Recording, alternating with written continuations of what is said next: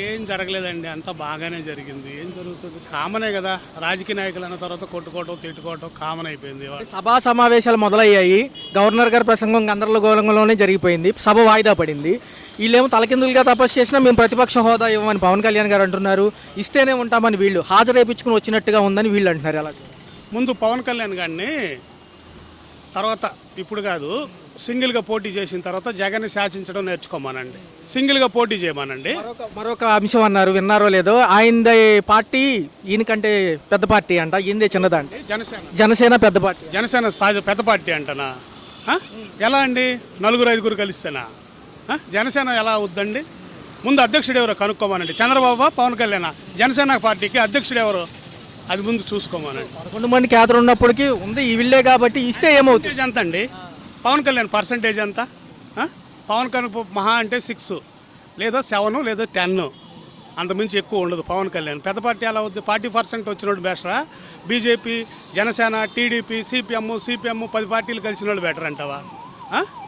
అంటే హోదా ఇస్తే ప్రశ్నిస్తారు, పథకాలు ఏమైనా భయం అంటారు. ఏమండి, వీళ్ళ యజమానికి, చంద్రబాబుకి, వీళ్ళ యజమానికి, వీళ్ళందరికీ కూడా జగన్ని ఒంటరిగా ఎదుర్కోలేకే కదా, జగన్ని ఒంటరిగా ఏమి చేయలేకనే కదా అందరూ కలిసి పోటీ చేశారు. ఎవరిది పార్టీ పెద్ద పార్టీ అవుద్దండి? ఒకసారి ఆలోచించండి. ప్రజలు ఆలోచిస్తున్నారు, బాగానే ఆలోచిస్తున్నారు.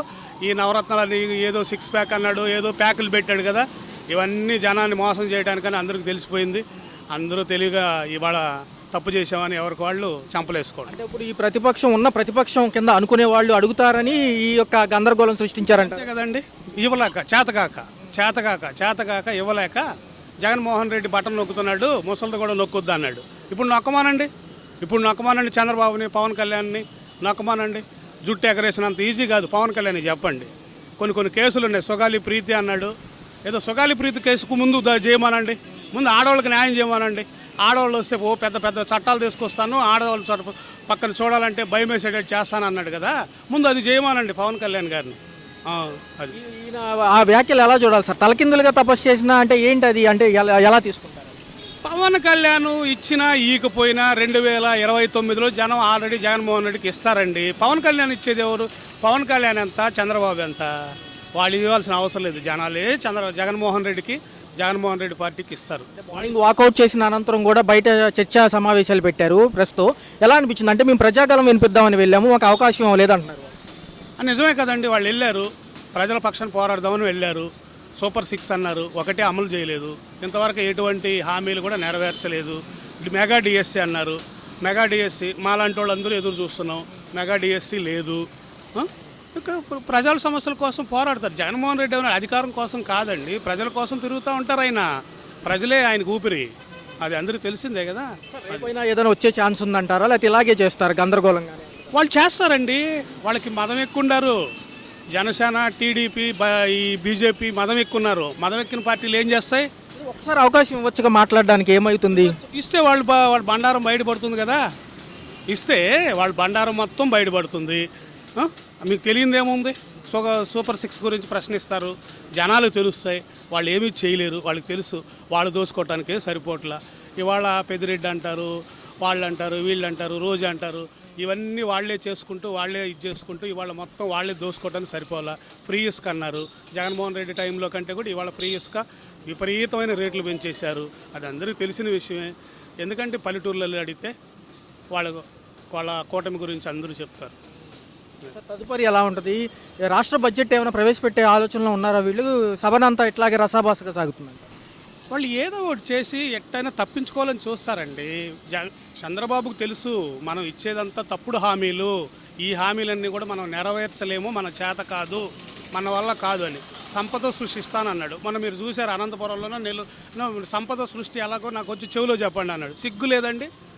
14 సంవత్సరాలు సీఎంగా చేసిన వ్యక్తి సంపద సృష్టిస్తాను, నేను మీ అందరికి పంచుతాను అన్నాడు. ఏం పంచాడు చెప్పండి? పంచాడా? పైగా జనాన్ని వాళ్ళ ప్రశ్నిస్తున్నాడు.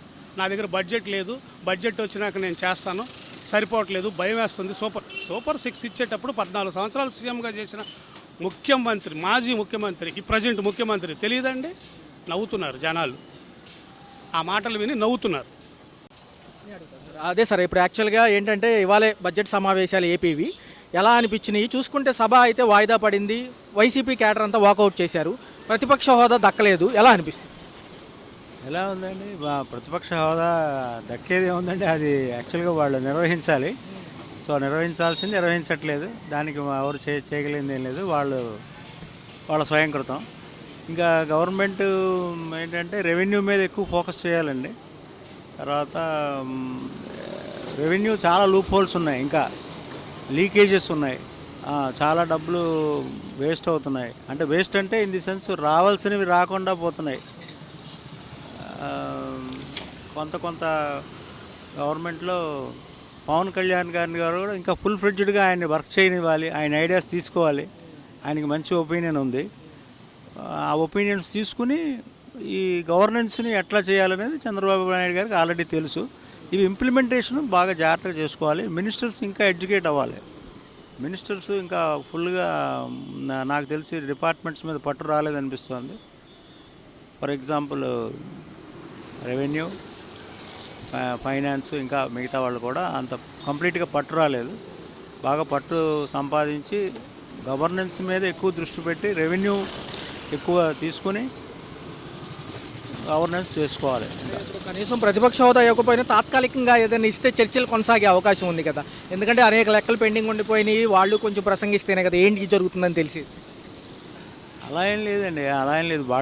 వాళ్ళ బాధ్యత వాళ్ళు తీసుకోవాలి. ప్రతిపక్ష హోదా కోసమేం కాదు కదా, అసెంబ్లీ మెంబర్ అయింది, ఇట్ సెల్ఫ్ ఈజ్ ది హోదా.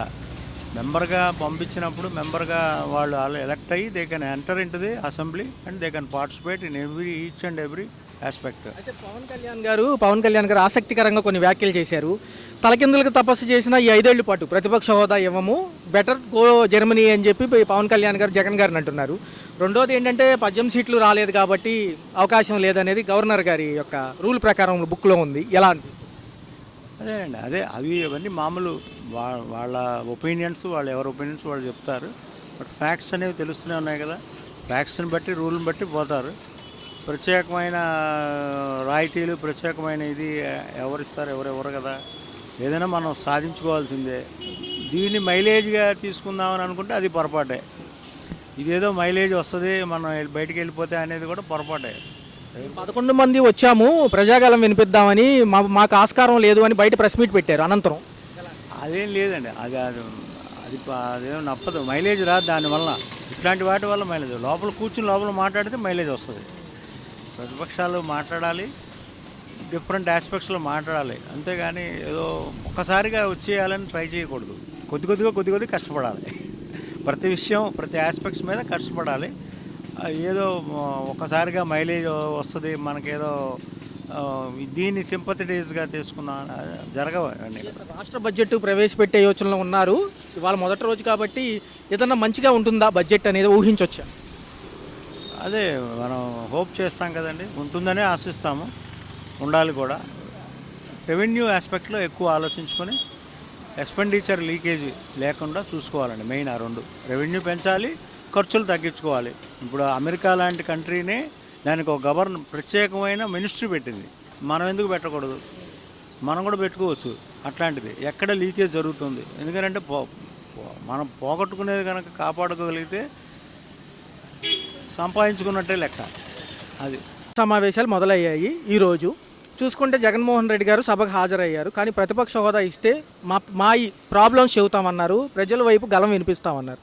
వాళ్ళు రూల్ ప్రకారం మీకు 18 సీట్లు రాలేదు, 11 వచ్చినాయి కాబట్టి మేము ఇవ్వమన్నారు.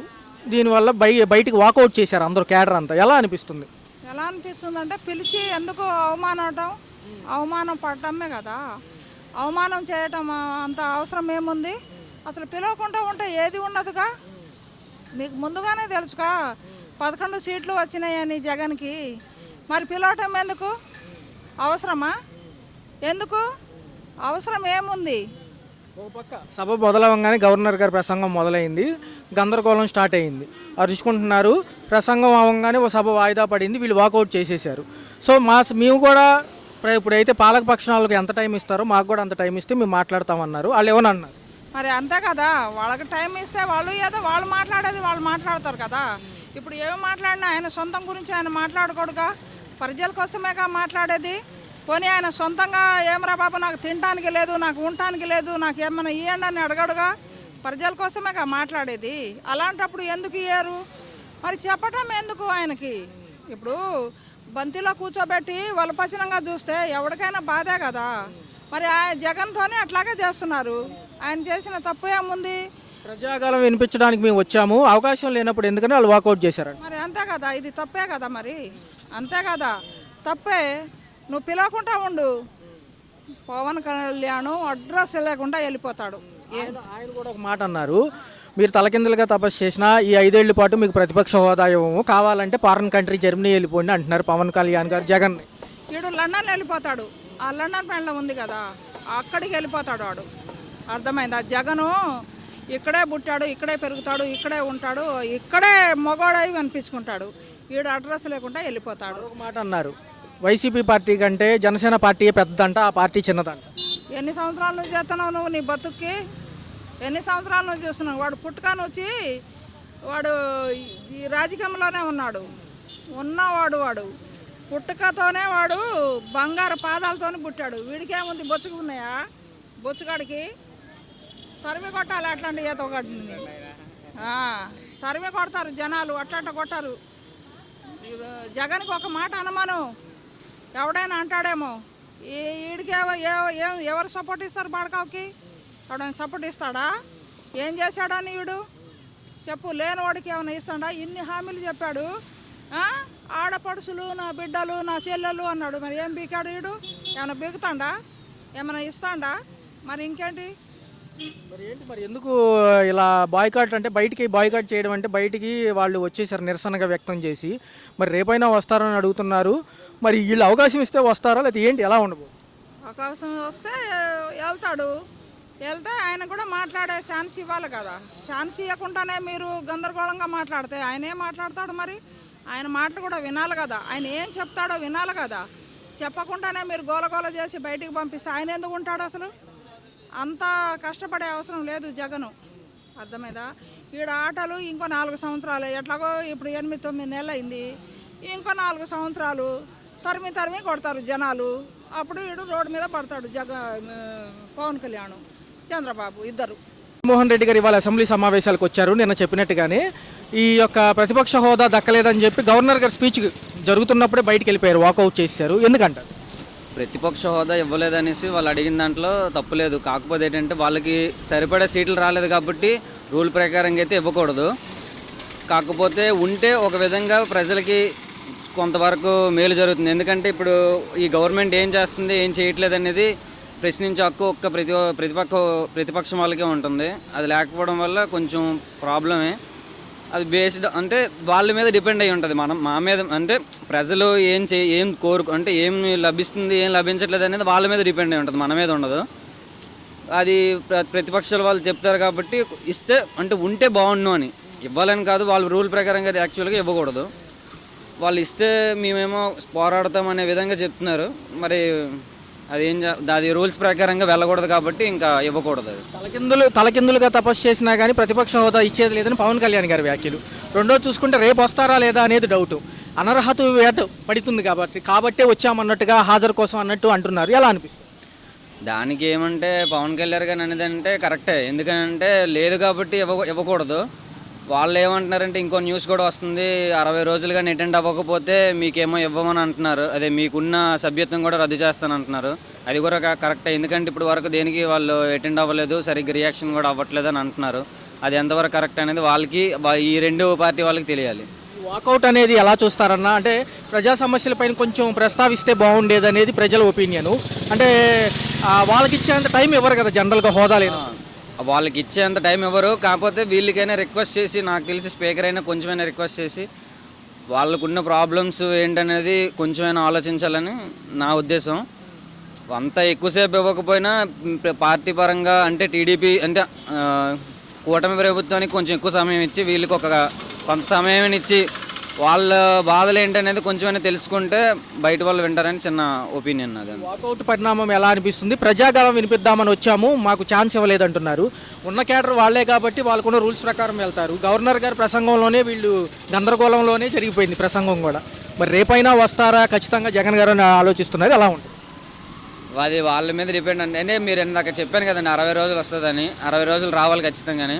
వస్తే మంచిది, లేదంటే అది కూడా దక్కదని అంటున్నారు న్యూస్. అది నాకు కరెక్ట్గా తెలియదు. కాకపోతే ఏంటంటే వచ్చి వాళ్ళు ఏం చేశారు, ఏం ఇంప్లిమెంట్ చేశారు, ఏం చెప్పాలనుకుంటున్నారు, ఏం చేయాలనుకుంటున్నారు అనేది కొంచెం విని ఇలా కాదు ఇలాగ అవుతే ఇలా ప్రాబ్లం వస్తుందని సొల్యూషన్గానే వాళ్ళ దగ్గర ఏమైనా ఆన్సర్లు ఉండి చెప్పగలిగితే కొంచెం సమయం ఇచ్చి వీళ్ళు కూడా ఆన్సర్ చేస్తారని కోరుకుంటున్నాను. బయటకు వచ్చి ప్రెస్ మీట్ పెట్టడం జరిగింది వీళ్ళంతా, ఏదైతే క్యాడర్ అంతా కూడా. ఎలా అనిపిస్తుంది? కొంచెం రేపన్నా వచ్చి ఏదైనా చర్చలు జరుగుతాయా? అంటే ఆర్థిక బడ్జెట్ కూడా ఉంది కదా మన రాష్ట్రానికి సంబంధించి. అది ఎలా జరుగుతుందని తెలియదు. ఎందుకంటే వాళ్ళు ఇప్పుడు మెజారిటీ ఆఫ్ కూటమి ప్రభుత్వం ఉంది, వాళ్ళ మీద బేస్ అయి ఉంటుంది. వీళ్ళు చెప్తే ఏం సరిపోదు, అలాగని వీళ్ళు చెప్పినా సరిపోదు. రూల్స్ వ్యతిరేకంగా చేయకూడదు. చేస్తే మీకు గవర్నమెంట్ ఉంది కదా, మీకు నచ్చినట్టు మీరు చేశారంటారు. ఎలాగైనా సంబంధం కొంచెం ప్రాబ్లమేటిక్గా ఉంటుంది కాబట్టి రూల్స్ ప్రకారంగా ఫాలో అవుతారు. 9 నెలల పాలన తర్వాత ఏపీ అసెంబ్లీ బడ్జెట్ సమావేశాలు మొదలయ్యాయి. అనేక అంశాలపైన చర్చిద్దాం అనుకున్నారు, కానీ సభ వాయిదా పడింది. మీకు ఎలా అనిపిస్తుంది? ఆర్థిక పరంగా నాకు తెలియదండి.